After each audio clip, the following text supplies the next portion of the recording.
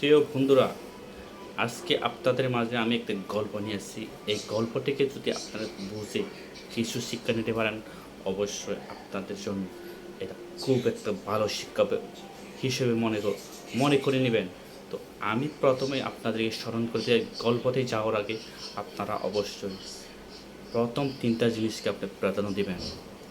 প্রথম জিনিসটা হলো যে আপনার কঠোর পরিশ্রম এবং আপনার কঠিন সিদ্ধান্ত, আত্মবিশ্বাস, কঠোর পরিশ্রম এবং কঠিন সিদ্ধান্ত, তারপরে আত্মবিশ্বাস, এই তিনটি জিনিস আপনাকে সফলতার দ্বার প্রান্তে অবশ্যই নিয়ে যাবে।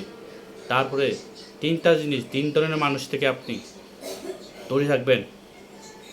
তিন ধরনের মানুষ আপনাকে সফলতার রাস্তাতে কাটা কেটে দেবে।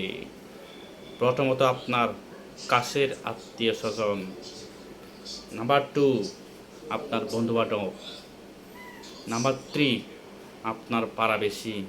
এই তিন ধরনের লোক আপনি যখন সফলতার জন্য তৈরি হবেন, তিন ধরনের লোক তিনভাবে কথা বলবে।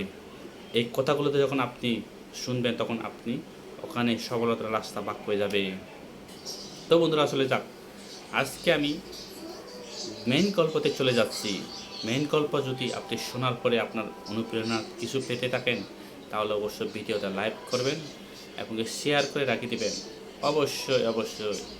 যেমন ধরেন বন্ধুরা, প্রথমত আমি বলি, প্রথমত এক গাধা, এক বৃদ্ধ লোক এবং তার ছেলে, তিনজনে একটা প্রচুর গন্তব্যস্থলে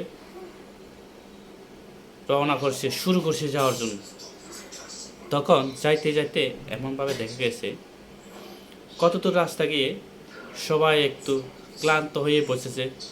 বৃদ্ধ লোক তখন দেখলো, বৃদ্ধ লোক তখন তার ছেলে বলতেছে, বাবা তুমি গাধার পিঠে হতে পারো।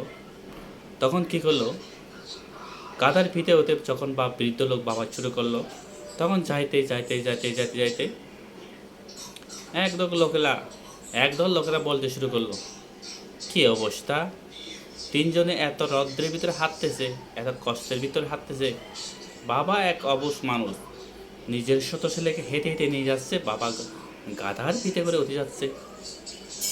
এবং বুঝলেন কি বন্ধুরা, তারপরে এটা শুনে কতক্ষণ পরে বাবা আর ছেলে জিজ্ঞেস করলো, বাবা বুঝলো তো, আসলে তো আমি অনেক বয়স পেরিয়ে আসছি, আমার ছেলে এখনও ছোট, এখন উনি কিন্তু পৃথিবীর স্বাদ বেশিক্ষণ গ্রহণ করতে পারেনি, এটা তো আমি ভালো কাজ করতেছি না। তখন বাবা নিজে বিবেক্ষা দিয়ে কী করলো, গাধার পিঠ থেকে নামি নিজের ছেলেকে গাধার পিঠে উপরে তুললো। তখন এরা কতদূর হেঁটে যাওয়ার পরে আবার একদল লোক বলল, কি জানেন, কি আশ্চর্য মানুষ, বাবা বৃদ্ধ হয়েছে, ছেলে এখনও ইয়াং জেনারেশনের চলতেছে, বাবা গাধার পিঠে না চড়ে এবং এত রৌদ্রের ভিতরে ছেলেকে কেন গাধার পিঠে করে নিয়ে যাচ্ছে। এখন দেখার বন্ধুরা, কতক্ষণ আগে বাবা কিন্তু গাধার পিঠে করে সরতেছে, তো এখন যখন ছেলে গাধার পিঠের উপরে যাচ্ছে, আর এক দল পণ্ডিত এসে কি বলতেছে, বাবাকে হেঁটে নিয়ে যাচ্ছে, ছেলে কি একটা ব্যাক্কেল, বাপকে হেঁটে নিয়ে যাচ্ছে, ছেলে গাধার পিঠের উপরে করে চলে যাচ্ছে। এটা যখন শুনলো কথাটা, তখন বাবা আর ছেলে বড় কনফিউজ হয়ে পড়লো না, বড় কনফিউজ যখন পড়ে গেল, তারা দুজনে কী করলো, হেঁটে যাচ্ছে, গাধাটাকে ঠেলে নিয়ে যাচ্ছে। আর একদল মহা বড় পণ্ডিত লোক এসে বলতেছে, কি মস্ত বড় মানুষ এগুলা, এরা দুজন কি করতেছে, গাধা তো এমনি পোষা বয়, গাধা এমনি জিনিস বইতে পারে, তার নাম গাধা, অনেকগুলো জিনিস ভারী জিনিস কিন্তু উনি নিতে পারে, কেন বাবা আর ছেলে কেন গাধার পিঠে না চলে, কেন গাধাটাকে এমনি হেঁটে নিয়ে যাচ্ছে? কারণ গাধার কাজটা জানে যে গাধার কাজ ভারী জিনিসের, ভারী ওজনের জিনিস কি বহন করা, ভারী জিনিসের ওজন বহন না করে কেন গাধাটাকে বাবা আর ছেলে হেঁটে যাচ্ছে এবং গাধাটাকে কি তেলে নিয়ে যাচ্ছে। এখন দেখেন, তিন প্রকারের তিন দল মহাপণ্ডিত লোক যখন এই মন্তব্য করলো, দেখুন আপনি এই গল্প থেকে কি শিক্ষা পেলেন বলেন তো ভাইয়া এবং বন্ধুরা, এখন বুঝতে পারছেন? আপনাকে প্রথম তিন শ্রেণীর লোক বিভিন্ন ধরনের কথোপকথন শুরু করে দেবে।